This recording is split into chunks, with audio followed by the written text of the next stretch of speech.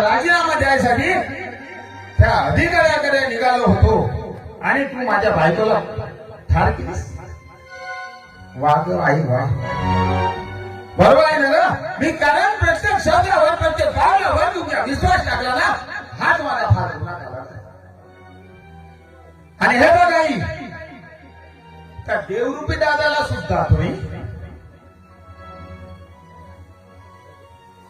त्या भाऊजी सोबत कामावर पाठवलं. तो देवरूपी दादा बिचारा वरडामध्ये जाऊन काबाड कष्ट करतोय. आपल्या या सोन्यासारखा संसार सोडून तो काबाड कष्ट करायला निघून गेला. आणि तुला काय पाहावं होतं का? फक्त आणि फक्त प्रॉपर्टी, पैशाची आम्हीचा भाई. तू माझ्या दादाला आणि माझ्या पत्नीला विसरून गेलीस.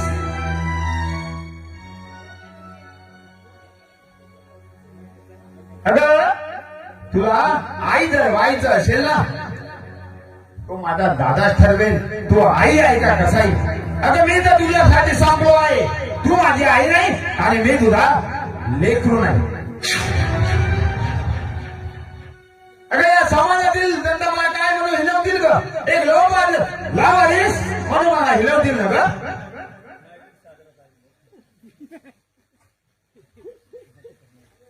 एक ड्युटीवाला असून काय फायदा केलोय का? जगात जगण्याचा सुद्धा माझा अधिकार राहिलेला नाही.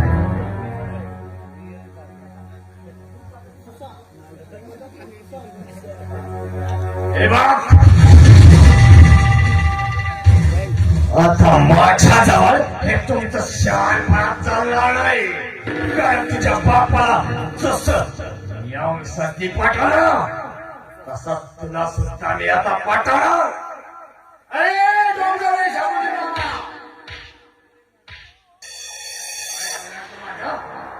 बोल. अबे काय करणार म्हणजे तुला सुद्धा स्वर्गाला पाठवणार. आणि आज तुझी ती वेळ आलेली आहे. तुझी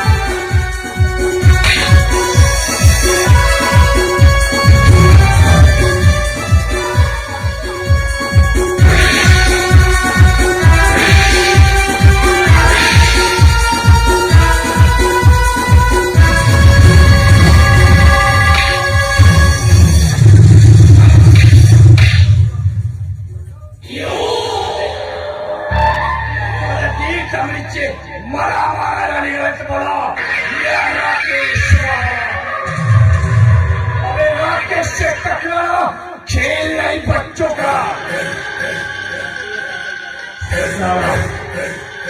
राकेश से टकराना खेल नहीं बच्चों का. पर तुम इस पेड़ की पार्टियों में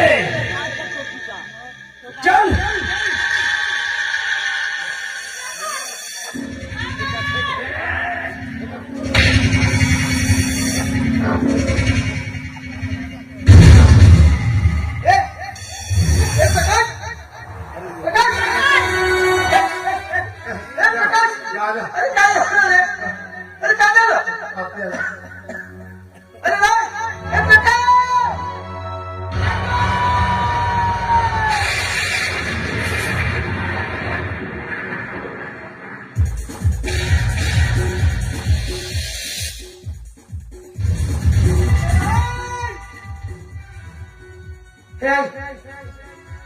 हे काय घडलं रे या घरामध्ये? काय घडलं?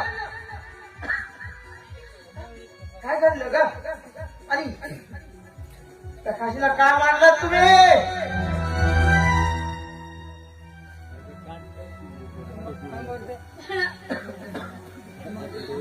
हे सगळं माझ्यामुळे घडलं आहे.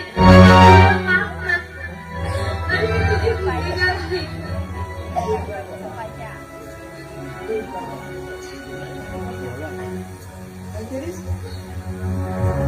काय तुम्ही करत? नेमकं घडलं काय या घरामध्ये? आता मी ताईच्या गावाला जावं आणि या घरामध्ये एवढं मोठं कृत्य करावं, असं काय घडलं का? आणि अमर, तुला मी सगळं सांगते. अरे तुझ्या बाबाला मारण्याचं कारण याच आहे. आणि तुला जरा मार काढला आणि सीताला मारण्याचं पूर्ण कारण याच आहे. काय म्हणजे तुम्ही माझ्या वडिलांना सुद्धा संपवलं? तुझी वडिलांना जाऊन मारलं तुम्ही? अरे बाई, काय केलं तुम्ही? काय केलं? माझ्या माते समान, माझ्या आई समान माझ्या बहिणीला तुम्ही तुमच्या हाताने जाऊन मारलं. काय वाईट केलं होतं रे ते तुमचं? काय वाईट केलं? बहिणी म्हणजे माझी आई होती का? अगं त्या आईची आठवण भासली म्हणून मी माझ्या ताईच्या गावाहून पटकन मी इकडे निघून आलोय. ती माझी आई, माझी वहिनी मला दिसण्यासाठी या घरामध्ये उरलीच नाही.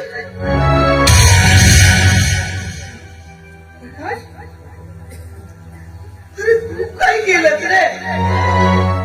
तू तरी काय केलं? अरे जेव्हा तुझ्या पत्नीला जाळून मारलं तेव्हा तू काय करत बसला होता रे? हे दादा, अरे शेवटी तुझ्या हातात गेल्यासोबत तू स्वतःचं जीवन सुद्धा संपवलं. रे मी तुला शपथ घेतो तुझ्या देहाची. याचा मतलब तुला जर नाही केलं ना, तर हा आवाज कदापिही स्वस्थ बसणार नाही. अबे साला, या घरामध्ये ठळक कल्लोळ माजवणारा कारणीभूत कपटी शकुनी मामा आहे.